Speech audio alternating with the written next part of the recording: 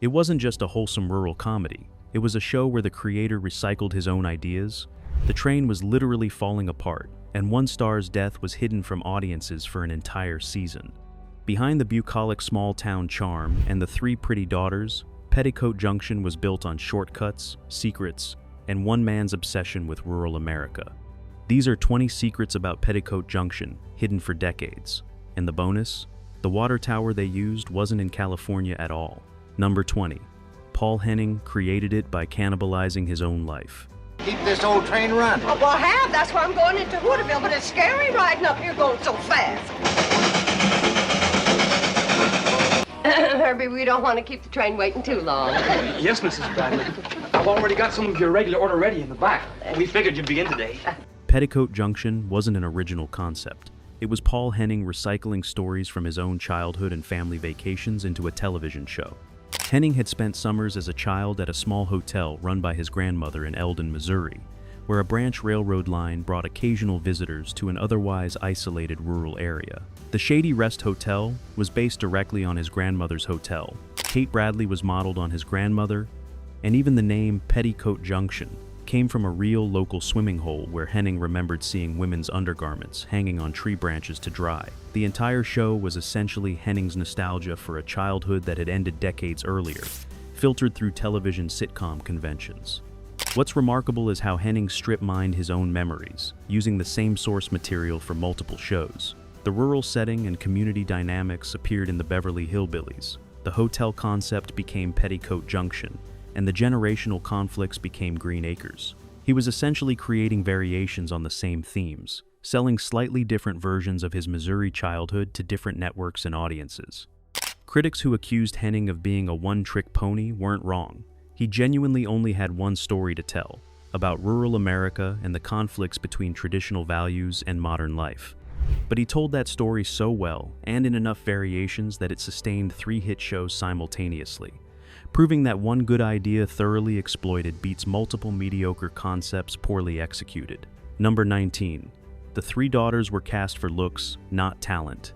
Swimming in the water tower again, weren't you? Yes. Someday, that train's gonna sneak in, drain out all the water before you can get out, and leave you high, dry, and bare. Gee, Mommy, it's hot. Where else can we swim? Don't worry about that, girls. I got plans for a big swimming pool. When casting the Bradley sisters, Paul Henning and CBS had one primary criterion: they needed to be beautiful. Acting ability, chemistry, and personality were secondary considerations to finding 3 attractive young women who could wear bathing suits in the water tower shots that became the show's signature image. The original actresses, Pat Waddell, Janine Riley, and Linda Kay Henning, Paul's actual daughter, were selected from hundreds of candidates based almost entirely on their appearance and how they looked together as a trio. Pat Waddell had minimal acting experience. Janine Riley was a model with almost no training, and Linda Kay got the role partly through nepotism. The lack of acting experience showed in early episodes where the sisters delivered lines stiffly and struggled with basic blocking and timing.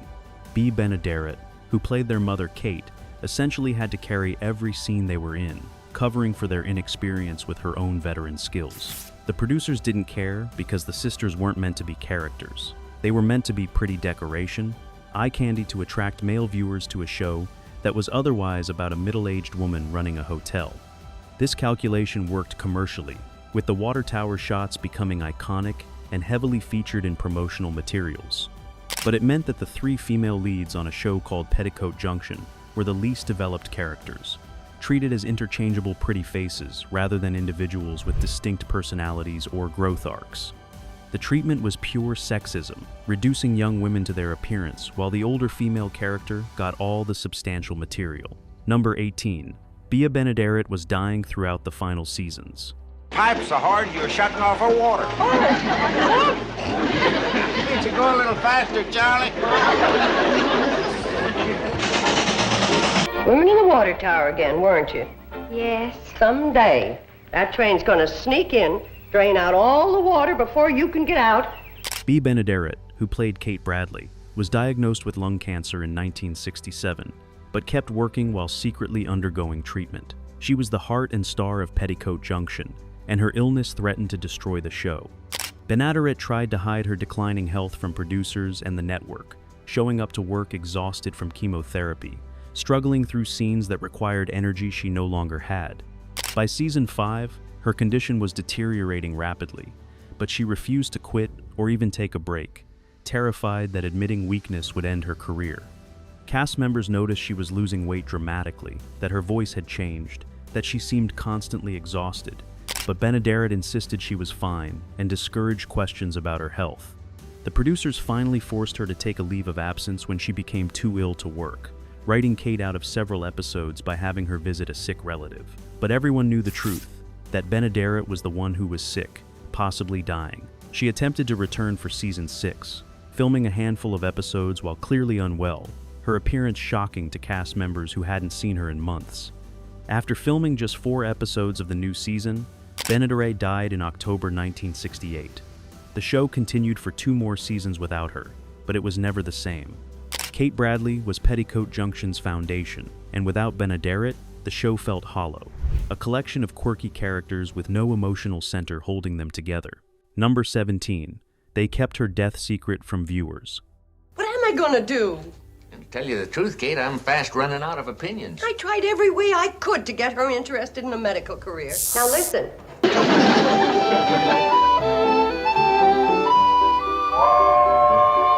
Oh, Floyd and Charlie must be tired of waiting. Let's get the rest of the supplies out to the platform. When Bea Benaderet died in October 1968, CBS and the producers made a stunning decision. They wouldn't tell viewers. Season 6 had just started, with 4 episodes already filmed featuring Benaderet. Rather than address her death honestly, they simply stopped including Kate Bradley in new episodes without explanation. Viewers who'd watched Kate in early season 6 episodes suddenly found her missing from later episodes, with vague references to her being away or busy, but no acknowledgement that the actress had died. The deception was deliberate and calculated, based on CBS research suggesting that acknowledging Benaderet's death would depress viewers and hurt ratings. So they pretended Kate was just off-screen, still alive, just not appearing in episodes. This continued for months, through the end of season 6 and into season 7, with the show finally addressing Kate's absence by having Uncle Joe mention that she'd passed away, a single line of dialogue that was the only acknowledgement of losing the show's star. The casual dismissal of Benaderet's death and contribution outraged cast members, particularly Edgar Buchanan, who'd worked closely with her. He felt it was disrespectful to Benaderet's memory and insulting to viewers who deserved honesty. But CBS was unmoved, viewing Kate Bradley as a character who could be written out rather than a real person whose death deserved acknowledgement and mourning. The network's handling of Benaderet's death exemplified how television treated actors as replaceable commodities, their actual lives and deaths less important than maintaining ratings and audience comfort. Number 16. The Cannonball train was literally falling apart. What train? Wait a minute!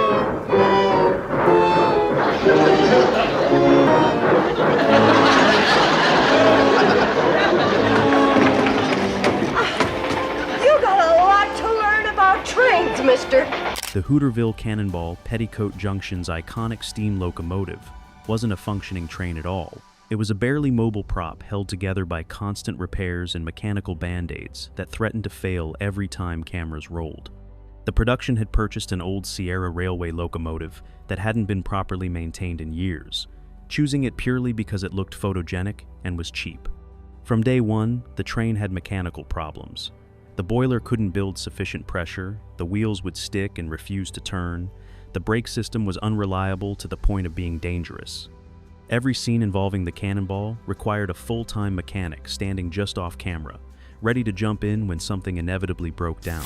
Filming train scenes became exercises in frustration, with production often stopping for hours while repairs were attempted.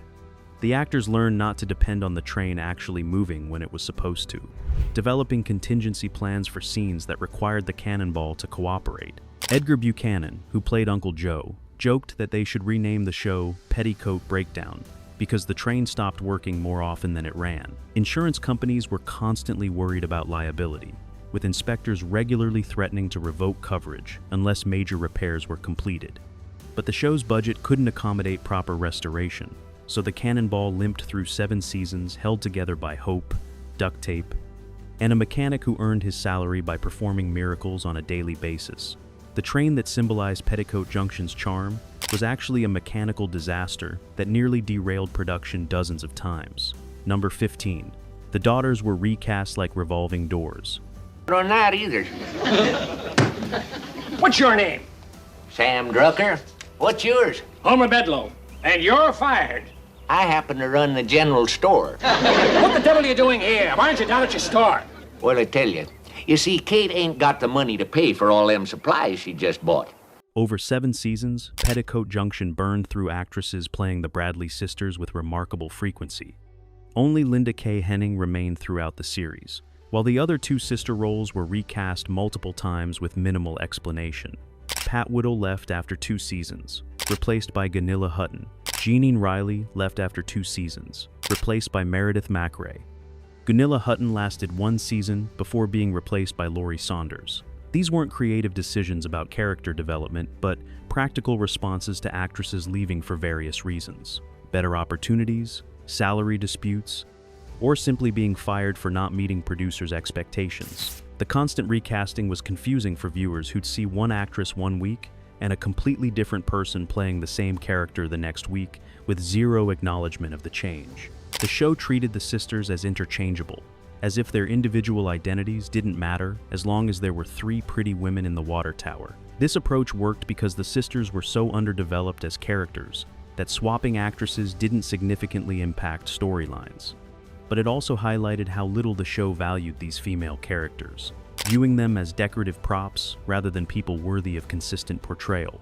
Linda Kay Henning later admitted that the revolving door of actresses made it difficult to develop chemistry or genuine relationships, that she'd start bonding with a castmate only to have that person replaced by a stranger she'd have to start over with. The instability affected morale and contributed to the sisters remaining the show's weakest element throughout its run.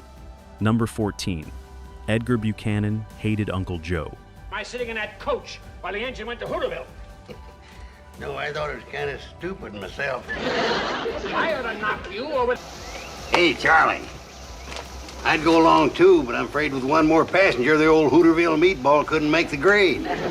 Edgar Buchanan was a respected character actor who'd worked in films with major directors before taking the role of Uncle Joe Carson on Petticoat Junction. He needed steady television work and accepted the part despite having serious reservations about playing a lazy, scheming freeloader. Those reservations proved justified as Buchanan grew to despise Uncle Joe, feeling the character was a demeaning caricature that wasted his talents. Uncle Joe had no redeeming qualities, contributed nothing to the hotel, and existed solely for comic relief built around his laziness and get-rich-quick schemes.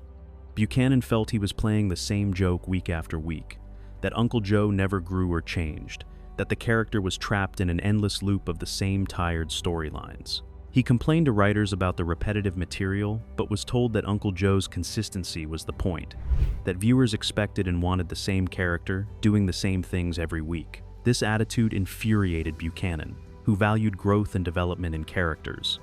He'd taken the role expecting it would evolve over time, that Uncle Joe might eventually become more than a one-note comic relief character. When that evolution never came, Buchanan began phoning in his performances, doing the bare minimum required without any real investment in the material. Cast members noticed his disengagement, his lack of enthusiasm between takes, his eagerness to finish scenes and retreat to his dressing room. Buchanan stayed with Petticoat Junction for its entire run because he needed the money and stability, but he never stopped resenting the character that had become his prison. Number 13. The show's rural charm was filmed in industrial Burbank.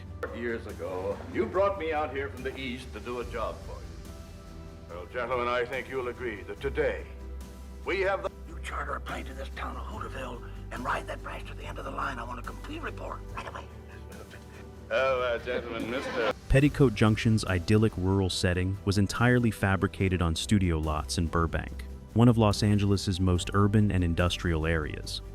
The Shady Rest Hotel, the surrounding farmland, the town of Hooterville, all of it was built on sound stages and backlots surrounded by warehouses, studios, and city infrastructure. The irony of creating a show celebrating rural simplicity in the middle of Los Angeles' entertainment industrial complex was lost on no one involved in production. Cast members would leave their homes in LA suburbs, drive to Burbank through heavy traffic, and spend their days pretending to live in an isolated small town far from modern urban life. The disconnect was particularly absurd during outdoor scenes where pollution and smog from LA would sometimes be visible in the background, requiring filters and careful camera angles to maintain the illusion of clean country air.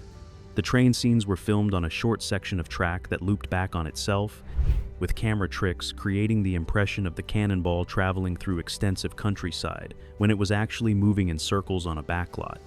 Local sounds, airplane noise, traffic, and industrial equipment constantly interrupted filming, requiring extensive sound editing to replace urban noise with appropriate rural atmosphere.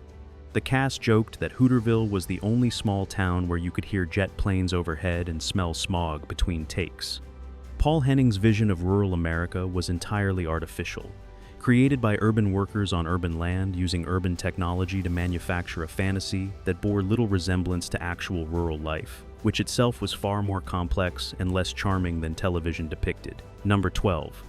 June Lockhart almost replaced Bea Benaderet. To catch the cannonball? No, I'm here to meet someone. I see. Oh. She's here to meet someone. Oh? Who?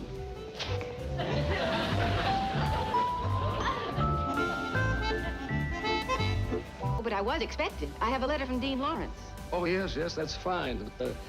See, when I asked Dean Lawrence for an associate, I didn't expect that. When Bea Benaderet's illness made it clear she couldn't continue as Kate Bradley, producers secretly approached June Lockhart about taking over the role.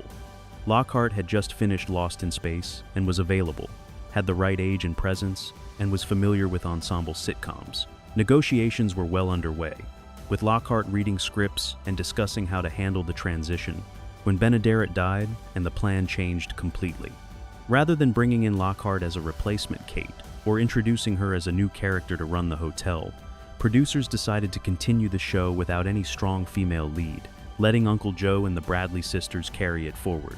This decision mystified Lockhart, who'd been told the show couldn't survive without a maternal figure and had prepared to fill that role. The truth was that CBS and the producers had lost confidence in Petticoat Junction after Benaderet's death, and weren't willing to invest in a major casting change that might not work. They preferred to let the show coast on its established audience for a season or two before cancellation, rather than spend money revitalizing it with new blood. Lockhart felt used, brought into serious negotiations, then dropped without explanation, wasting weeks of her time and potentially costing her other opportunities. Years later, she admitted that she dodged a bullet because Petticoat Junction without Benaderet was creatively dead, shambling through its final seasons without purpose or energy. Joining that sinking ship would have been career suicide, though at the time she would have taken the steady work and financial security. Number 11. CBS forced the Sam Drucker store crossovers. Or not either. What's your name? Sam Drucker. What's yours? Homer Bedlow. And you're fired. I happen to run the general store. What the devil are you doing here? Why aren't you down at your store? Well, I tell you. You see, Kate ain't got the money to pay. Sam Drucker, played by Frank Cady, appeared on Petticoat Junction, Green Acres, and the Beverly Hillbillies, running the general store in Hooterville across multiple shows. This wasn't organic world building, but CBS mandate. The network forced these crossovers as a cost-saving measure and marketing strategy, using one character to create artificial connections between shows and encourage viewers to watch all three programs. Frank Cady was essentially working triple duty, filming scenes for 3 different shows on 3 different schedules, often on the same days. He'd finish a Petticoat Junction scene, immediately drive across the lot to film Green Acres, then potentially have to return for more Petticoat Junction work later. The schedule was exhausting and left Cady no time to develop the character differently across shows. Sam Drucker became the same person everywhere, which created weird continuity problems that nobody cared enough to fix. How could one man run stores in different towns simultaneously? Why did all these shows share the same universe when their tones were completely different? These questions were ignored because the crossover strategy worked commercially, with viewers enjoying the familiar face and CBS saving money by having one actor service 3 shows. But Cady resented being used this way, feeling that his talent was being spread too thin and that he could have developed Sam into something more substantial if he'd been allowed to focus on one show instead of splitting his attention 3 ways. His frustration grew as the crossovers became more frequent and more contrived, with writers manufacturing reasons for Sam to appear just to satisfy CBS's directive for universe building that served corporate strategy rather than storytelling. Number 10. The show's ratings were saved by Vietnam. Don't pay any attention to him, Charlie.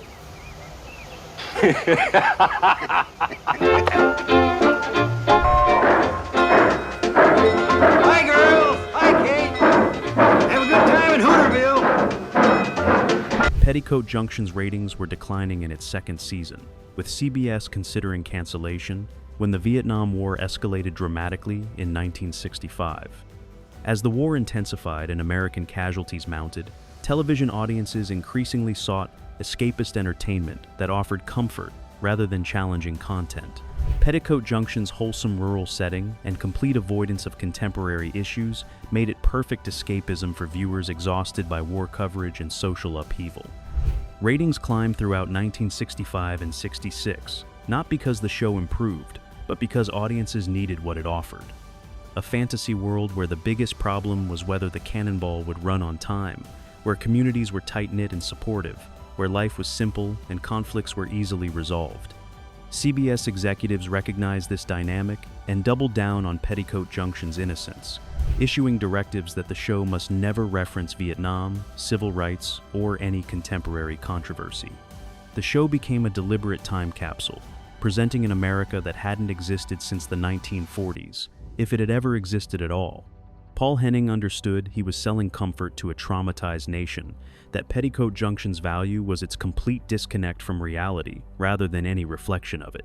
The show that had seemed dated and irrelevant suddenly became valuable precisely because it was dated and irrelevant, offering viewers a place to hide from the world for 30 minutes each week. When the war eventually wound down and social changes accelerated in the early 70s, Petticoat Junction lost its purpose and was canceled. Number 9. Mike Miner was cast to attract female viewers. To dream the impossible dream, to fight the unbeatable foe, no matter how far, to fight for the right without question or pause. By season 4, CBS research showed that Petticoat Junction's audience skewed heavily male and older, with young women largely ignoring the show. Network executives demanded that producers add a young male romantic lead to attract female demographics that advertisers valued. Mike Miner was cast as Steve Elliott specifically for his looks, with acting ability a distant secondary consideration. Miner was a model and aspiring actor with minimal experience, but he photographed well, and market research showed that young women responded positively to his headshots. The character of Steve was essentially a prop, given little personality beyond being handsome and available to court whichever Bradley sister the show decided to focus on. Miner struggled with the role because there was nothing to work with.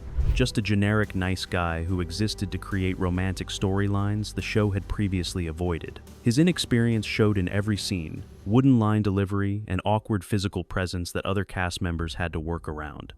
Edgar Buchanan was particularly frustrated by Miner's casting, viewing it as more evidence that the show cared only about demographics and marketing rather than quality. But the strategy worked exactly as CBS hoped, with young female viewership increasing significantly after Steve Elliott joined the cast. Miner's pretty face and promotional materials attracted attention that translated into ratings, proving that sometimes cynical demographic targeting succeeds even when the execution is mediocre. Miner himself was embarrassed by being cast purely for looks, wanting to be taken seriously as an actor but knowing he'd been hired as eye candy. Number 8. The show recycled scripts from other sitcoms. Now, wait a minute. Let's not rush into this. For crying out loud, Joe, every year it's the same thing. Can't you cooperate just once? Me? When didn't I cooperate? Found it, Kate. Well, what do the boys think they're operating? A train or a taxi? Well, a little of both, I reckon. Petticoat Junction's writers frequently recycled storylines from other shows, sometimes word for word with only character names changed. Budget constraints meant the writing staff was small and overworked, responsible for producing scripts faster than they could generate original ideas. The solution was borrowing plots from other sitcoms, particularly older shows that most viewers wouldn't remember or recognize. Episodes of The Andy Griffith Show, The Real McCoys, and even I Love Lucy were stripped for plots that could be adapted to Hooterville with minimal changes. Sometimes the plagiarism was subtle, taking a basic premise and reworking the details. Other times it was blatant, with entire scene structures and even specific jokes copied directly from the source material. Network executives knew about this practice and approved it because producing original scripts was expensive and time-consuming, while recycling plots saved money and ensured a steady supply of episodes. Paul Henning was aware of the recycling but didn't particularly care, viewing sitcom plots as fundamentally interchangeable anyway. If a story worked once, it would work again with different characters in a different setting. This philosophy revealed how little Henning valued originality in his later work. Having already struck gold with the Beverly Hillbillies, he was content to coast on formula and repetition rather than taking creative risks. Critics occasionally noticed the recycled plots, pointing out that Petticoat Junction episodes felt familiar because they were familiar, lifted from other shows with barely any modification. But audiences either didn't notice or didn't care, watching for comfort and familiarity rather than innovation or surprise. Number 7. Linda K. Henning was there because of pure nepotism. I know I stand in line until you think you have the time to spend that evening with me. Why are the stars suddenly bright? Linda K. Henning, who played Betty Jo Bradley throughout the entire series, was Paul Henning's daughter. She wasn't cast through auditions or competitive selection, but was simply given the role because her father created and produced the show. This nepotism was obvious to everyone involved, but rarely discussed publicly because calling out the boss's daughter was career suicide. Linda Kay had some acting training, but was objectively less talented than many actresses who auditioned for the role and were rejected. She got the part, the security of never being recast unlike the other sisters, and prominent storylines, including the show's only wedding, all because of her last name. Other cast members resented the nepotism, particularly the actresses playing the other sisters, who knew they were expendable while Linda Kay was protected by family connection. Edgar Buchanan privately complained that having the producer's daughter in a lead role created an uncomfortable power dynamic, where nobody could critique her performance without risking Paul Henning's wrath.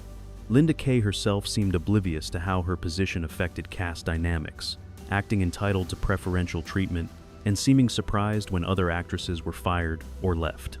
Years later, she defended her casting by claiming she was the most qualified person for the role, an assertion that industry insiders found laughable. The truth was that Linda Kay was adequate, not terrible but not particularly good, exactly what you'd expect from someone who got a job through family connections rather than merit. Her presence throughout the series was a constant reminder that Petticoat Junction was Paul Henning's personal project, where normal rules didn't apply. Number 6. The hotel set was shared with multiple shows. There's a little hotel called the Shady Rest at the Junction.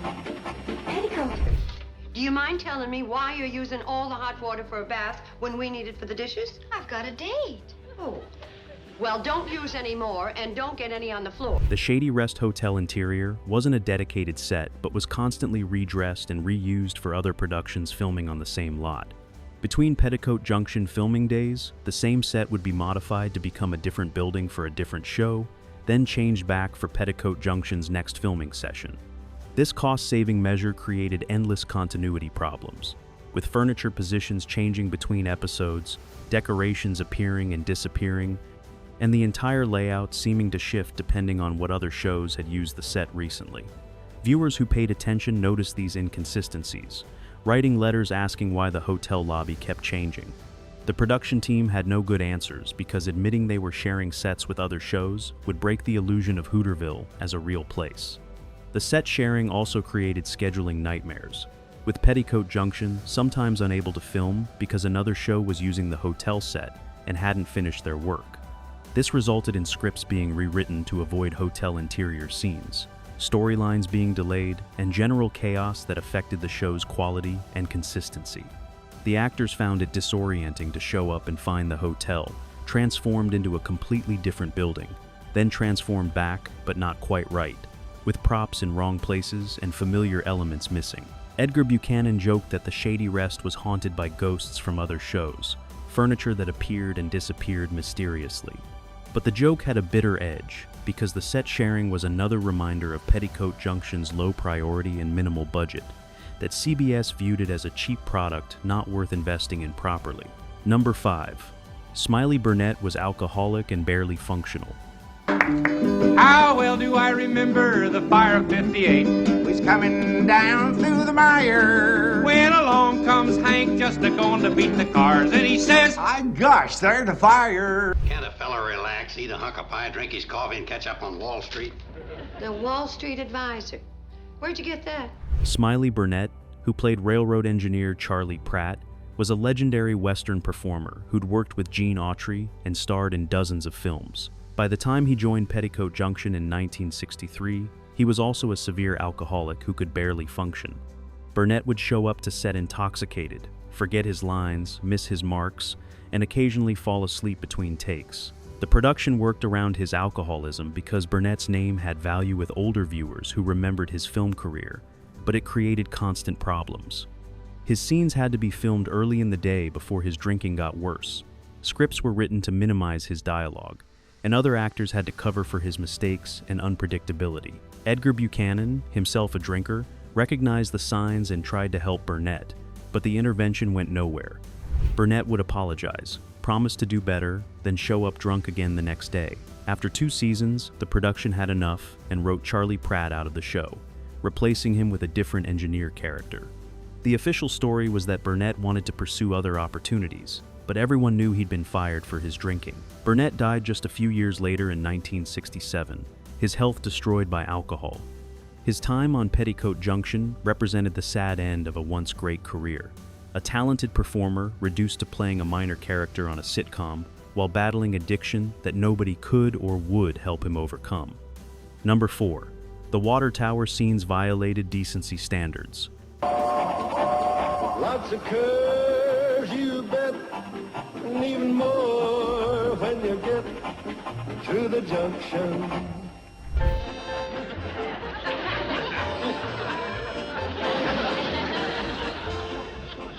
The iconic opening credits, showing the Bradley sisters in the water tower, wearing bathing suits and waving at the camera, violated CBS's own broadcast standards regarding appropriate attire. Network censors had rules about how much skin could be shown, particularly on young women, and the water tower scenes technically crossed those lines. But CBS made an exception because the footage tested extremely well with male viewers and became the show's most recognizable element. The network essentially decided that sex appeal was more valuable than consistency with their own standards, as long as the sexuality was presented as innocent and wholesome rather than overtly sexual. This created a double standard that infuriated other shows. Producers of other series would have scenes censored for showing less skin than the water tower footage, but when they pointed out the inconsistency, CBS would claim the water tower was different without explaining how. The real reason was obvious. Petticoat Junction was making money, and CBS wasn't going to change something profitable just to be consistent with standards they applied to less successful shows. The water tower scenes also created uncomfortable dynamics on set, with the actresses aware they were being objectified, but unable to complain without seeming ungrateful or difficult. They'd spend hours in wet bathing suits while crew members positioned cameras for the most flattering angles, essentially modeling rather than acting. Linda K. Henning later admitted she'd felt exploited by those scenes, but didn't have the power or awareness at the time to push back against what was presented as just innocent fun. Number 3.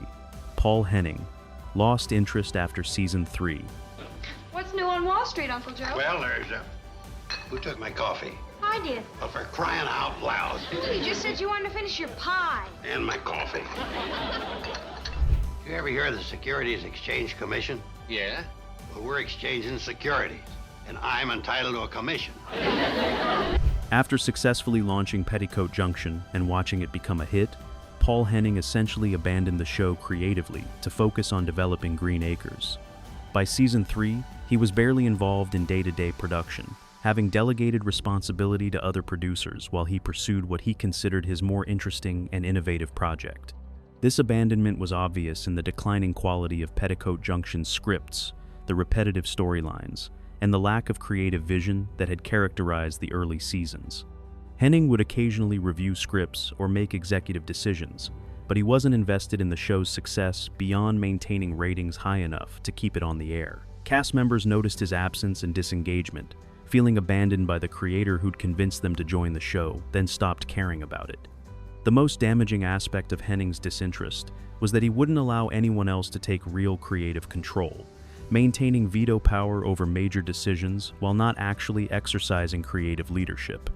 This created a vacuum where Petticoat Junction drifted without direction, good enough to survive, but never achieving the potential it had shown initially. When Bea Benaderet died and the show faced its greatest crisis, Henning's response was essentially indifference. He didn't fight to save Petticoat Junction or invest in revitalizing it because he'd stopped caring years earlier, viewing it as a successful product that was running on autopilot and didn't need his attention. The show limped through 2 more seasons after Benaderet's death, a zombie kept alive by institutional momentum rather than anyone's genuine care or creative investment. Number 2. The show was almost rebooted in the 80s. CBS presents this program in color. Petticoat Junction. There's a little hotel called the Shady Rest at the Junction. In the mid-1980s, CBS explored rebooting Petticoat Junction with a new cast and updated setting, capitalizing on nostalgia for classic sitcoms. Scripts were commissioned, casting discussions began, and serious money was allocated to develop what would have been Petticoat Junction, the next generation, or something similarly titled. The concept involved the Shady Rest being inherited by a new generation, with modern characters dealing with 1980s problems while maintaining the show's wholesome rural setting. Paul Henning was approached about involvement but refused to participate, saying that Petticoat Junction belonged to a specific time and place that couldn't be recreated or updated. His refusal essentially killed the project because CBS wanted his blessing and involvement to legitimize the reboot. Without Henning's participation, the network worried that fans would view the reboot as cheap exploitation rather than genuine continuation. Several cast members from the original show expressed interest in cameo appearances or recurring roles, seeing it as opportunity to revisit characters they'd played decades earlier. Edgar Buchanan had died in 1979, but Linda Kay, Henning, and others were available and eager. But without Henning's cooperation, CBS abandoned the reboot, deciding that the risk of failure outweighed the potential rewards. Years later, when 80s nostalgia became profitable and reboots became common, industry insiders revealed that the Petticoat Junction reboot had come closer to production than most people realized, that it wasn't just a concept but a serious project that nearly happened. The failure to launch represented a missed opportunity to update Petticoat Junction for new audiences or demonstrate that its charm couldn't survive translation to a different era. Number 1. The show was a tax shelter for CBS. I think the new hot water heater melted the pipes. Do you know how much fan mail Rock Hudson gets every week? Stock in the Shady Rest. Yeah. Does Kate know you're doing this? Well, there's no point in discussing this with Kate. It's way over her head financially. The real reason Petticoat Junction stayed on the air for 7 seasons, despite mediocre ratings in later years, had nothing to do with quality or audience loyalty. CBS was using the show as part of a complex tax shelter strategy, keeping production running to generate losses that could offset profits from more successful programming. The network had discovered that maintaining multiple rural sitcoms allowed for creative accounting that reduced their overall tax burden significantly. Petticoat Junction's production costs could be inflated on paper, with expenses allocated in ways that created tax advantages even as the show continued generating actual profits. This arrangement meant that CBS had financial incentive to keep Petticoat Junction on the air, regardless of its creative merit or ratings performance. The show was more valuable as an accounting tool than as entertainment, a realization that shocked cast members when they eventually learned the truth. The rural purge that finally canceled Petticoat Junction in 1970 wasn't about demographics alone, but about tax law changes that made the accounting strategy less valuable. When the financial advantages disappeared, CBS suddenly had no reason to maintain shows they'd been artificially sustaining for years. Paul Henning knew about these financial arrangements and profited from them. But most people involved with the show had no idea that their employment existed partly to facilitate corporate tax avoidance, rather than because anyone genuinely valued what they were creating.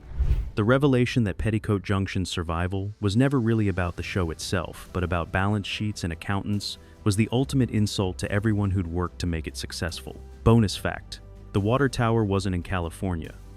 'Cause you bet, and even more when you get to the junction. What are you doing? Just roll up your sleeve, Joe. Now, wait a minute. Let's not rush into this. For crying out loud, Joe, every year it's the same thing. Can't you cooperate just once? Me? When didn't I cooperate? Last year I had to chase you up the water tower. The iconic water tower that defined Petticoat Junction's opening credits wasn't located anywhere near the show's Burbank studios, or even in California. The tower was in Eldon, Missouri, the actual town where Paul Henning had spent childhood summers at his grandmother's hotel. Henning insisted on filming the real water tower that had inspired the show's setting, flying cast members to Missouri specifically for those opening credit shots, rather than building a replica in California. This decision cost significantly more than constructing a fake tower on the backlot, but Henning viewed it as essential authenticity, connecting the fictional Hooterville to his real memories. The production would film enough water tower footage during these Missouri trips to last an entire season, with the actresses spending days in bathing suits, climbing up and down the tower in various weather conditions to capture usable shots. Local residents in Eldon were thrilled by the Hollywood production invading their small town, gathering to watch the filming and treating the cast like visiting celebrities. The tower became a tourist attraction, with fans making pilgrimages to see the real location from their favorite show's opening. After Petticoat Junction ended, the tower remained standing, a physical monument to a television show, and to Paul Henning's nostalgia for a Missouri childhood he'd transformed into 3 hit sitcoms. The tower still stands today, maintained partly as a historical landmark, the only real element from a show that was otherwise entirely fabricated on Hollywood soundstages. Petticoat Junction sold wholesome rural charm while hiding dysfunction, exploitation, and corporate manipulation behind every cornfield. The show was never what it seemed. A tax shelter disguised as entertainment, actresses cast for looks and fired without warning, a dying star whose death was hidden from viewers who deserved truth. Behind the cannonball's whistle lived secrets that would have destroyed the wholesome image CBS sold to exhausted Americans seeking escape from reality. Subscribe to discover what other beloved shows were hiding.